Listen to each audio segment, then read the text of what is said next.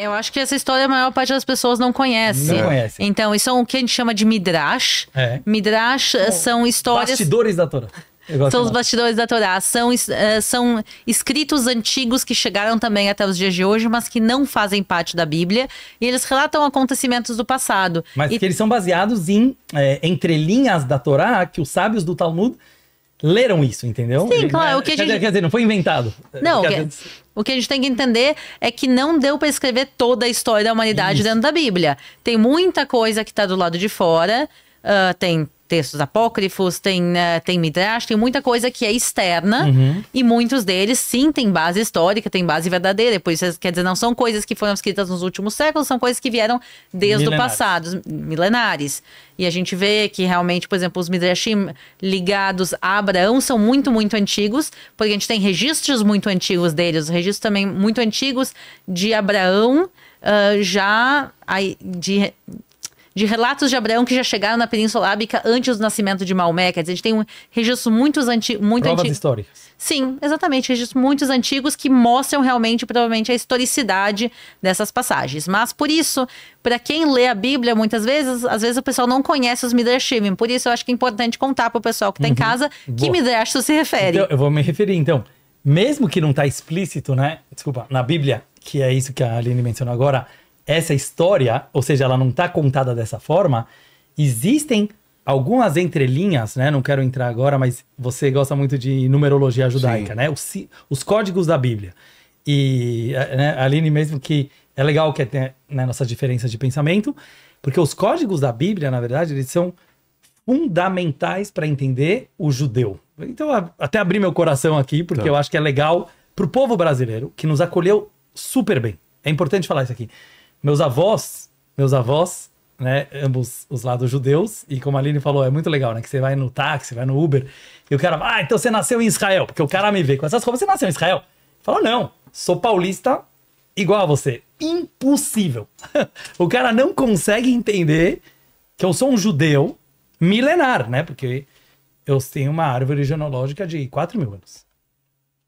Entendi. Não tô me achando por isso, mas é um fato.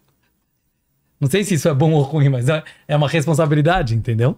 Que a gente tenha essa raiz, né? A gente tem essa linha. Aí o cara fala, mas como, você é judeu ou você é brasileiro? Eu falo, sou brasileiro, judeu, santista, Santos Futebol Clube, Meninos da Vila. Eu tenho minha cultura judaica, eu tenho minha cultura brasileira, que eu adoro. E meus avós foram muito bem recebidos no Brasil. Eu acho legal falar isso, porque o povo brasileiro ele tem uma origem judaica, né? Desculpa um pouco sair do assunto, mas é o mesmo tema. O povo brasileiro, né, de mais de 200 milhões de pessoas, grande parte, talvez a maioria, é descendente do povo judeu. Não quer dizer que todo mundo é judeu, certo? É Zera Israel, a gente fala. Só quero contar um pouco disso, a Aline pode explicar melhor. Mas assim, tem muitos judeus. E tá, isso aqui não é guardar mágoa de nada, mas assim, é a história. Que eles foram expulsos na Inquisição, nos anos de 1500, né? De Portugal e da Espanha. Eu acho que foram 1 milhão... na época, né? Que era muita coisa. Praticamente 1 milhão de judeus foram praticamente expulsos da Europa. Foi Portugal e Espanha, mas também Holanda e outros países. Inclusive, talvez o mais importante deles... que foi o ascendente do nosso querido Silvio Santos. Bravanel? Vou pegando assunto por assunto, mas daqui a pouco eu volto, né? Tem um pouco de déficit de atenção, mas no final eu só quero finalizar isso. Que o Silvio Santos, ele era judeu também, né? Tanto pela parte de pai, tanto pela parte de mãe, de autoridades importantíssimas, né? Pela parte do pai, ele era da família Abravanel, que o primeiro senhor Abravanel, ele era conselheiro, ministro principal, ele conta isso num dos vídeos, você pode ver no YouTube, de Fernando e Isabel, dos reis, né, da Espanha. E, naquele momento, os cristãos da época, que eram, né, tem que contar a história, um pouco mais generosos, eles não mataram os judeus, como foi feito no Holocausto, mas eles expulsaram os judeus da Europa. E os judeus literalmente caíram fora da Europa, e o rei e a rainha queriam que o ministro das finanças, que era o Abravanel, ficasse lá. E ele falou, não. Você vê que o Silvio Santos conta isso com muita emoção, né? Ele quase chora. E ele conta que o avô dele, né? O ascendente dele falou, não, se meu povo vai, eu vou junto. E nós estamos acostumados com esse episódio, Vilela, muitas vezes nesses 4.000 anos. Então, como a Aline falou, o milagre ele é muito maior pelo fato das perseguições. Eu quero chegar num ponto que eu sei onde eu quero chegar. Quando você pensa nisso, né, que o judeu ele foi tão perseguido e ao mesmo tempo ele sobreviveu. E como que ele sobreviveu? Porque ele prezava a vida como um valor absoluto. O judaísmo só tem um valor absoluto, que é a vida. Chaim, que é o lechaim que a gente falou, vida. A vida é Deus e Deus é a vida. E eu queria falar isso aqui tipo, com lágrimas no coração, com algo que está acontecendo no mundo de hoje, e é por isso que eu estou falando para o nosso querido povo brasileiro, que às vezes acaba entrando em brigas que eles não entendem as suas próprias origens. Porque esses judeus que foram expulsos da Espanha e de Portugal, grande parte vieram nas caravelas de Pedro Álvares Cabral, que descobriu o Brasil fugindo daquele holocausto da época, né, que era a Inquisição.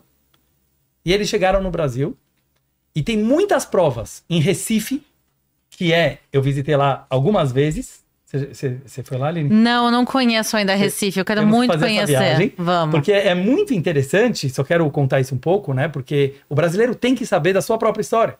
A primeira sinagoga das Américas é em Recife. Na antiga Rua dos Judeus. E hoje em dia ela chama a Rua do Bom Jesus. Ah, é? E você vê lá a primeira sinagoga das Américas, que foi a primeira comunidade judaica expulsa da Espanha e de Portugal e vieram para o Brasil. E a comunidade holandesa, que ela construiu lá toda uma comunidade, depois foram expulsos pela Inquisição brasileira. Quer dizer, essa Inquisição que foi a expulsão dos judeus chegou até o Brasil, que era um país colonizado pelos países europeus, e expulsou. Para onde foram esses judeus? É uma história muito interessante. Para onde foram esses judeus? Espanha e Portugal. Não, esses judeus eles foram para Curaçao, no Caribe, onde existe uma sinagoga, a segunda sinagoga das Américas. Eles eram tão pobres. Por isso eu falei que é importante, né? Que todo mundo acha que judeu é rico. Eu vou explicar por que todo mundo acha que judeu é rico. E era pé na areia. Até hoje a única sinagoga pé na areia, porque eles não tinham dinheiro para construir o chão, é em Curaçao, né? Que é o ABC, não do Brasil, né? Que é o Aruba, Bermudas e Curaçao. Sim. Eles ficaram lá alguns anos. De lá eles viajaram para Nova York e fundaram, na época, Nova Amsterdã, que não era ainda chamada de Nova York. E lá foi feita a sinagoga do público brasileiro de Recife, que construiu a Nova York que a gente conhece hoje, né? Então a gente costuma brincar, que eu acho que não é uma piada, mas que se os judeus não tivessem sido expulsos do Brasil, nós seríamos os Estados Unidos. Tem grande chance disso acontecer. Então você vai para Nova York, quem conhece, é uma cidade, né, Manhattan é quadrado, né? Você tem as avenidas e você tem as ruas muito bem organizadas. Você só tem uma rua que sai do padrão, que ela corta na diagonal. Você foi para lá, Vila? Sim. Qual que é a rua que corta na diagonal Nova York inteira? A Broadway. Ah, é? Vou contar para você a história da Broadway. A Broadway veio do Yiddish, que é o dialeto judaico, que é Broit Way, o caminho do pão.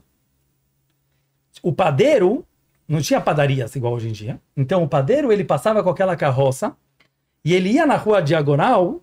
Os americanos já eram inteligentes desde aquela época, e ele vendia o pão em cada esquina de todas as ruas de Nova York, atravessando pela diagonal. Até hoje você vê que os grandes nomes fundadores daqueles teatros da Broadway, tanto os comediantes, né, como todas as grandes peças, tem muitos nomes judeus no mundo da arte. Então eu só queria trazer um pouco da história para mostrar assim, o quanto o judeu ele é descendente dessa história judaica. Então, chegando no mundo de hoje. O judeu é alguém que lutou e luta pela vida. Então, independente de partido político, você pode ser de direita, de esquerda. Em Israel, tem judeus de direita e de esquerda, tem judeus ortodoxos, tem judeus totalmente laicos. Mas, não tem a mínima dúvida, você foi, né? No meio da guerra, você foi convidado. Fui antes Não também. existe... Me corrige se eu estiver errado, viu? Até como não judeu, que é legal a gente ouvir uma opinião de fora, digamos assim. Não existe nenhuma dúvida que todos os soldados que estão hoje em dia no exército de Israel, eu faço questão de deixar isso claro, porque a gente vê nas notícias, né, do Brasil mostrando às vezes o contrário, que todos esses soldados não estavam a fim de estar lá. A Aline, que está aqui do meu lado, ela tem um marido que ele tá lá agora. Ele não gosta de matar criancinha, igual o Lula gosta de falar. E Ele não gosta. mata. Ele gosta de matar criancinha? Não, ele não mata. Ele não mata. Não é gostar ou não, ele não mata. Nenhum.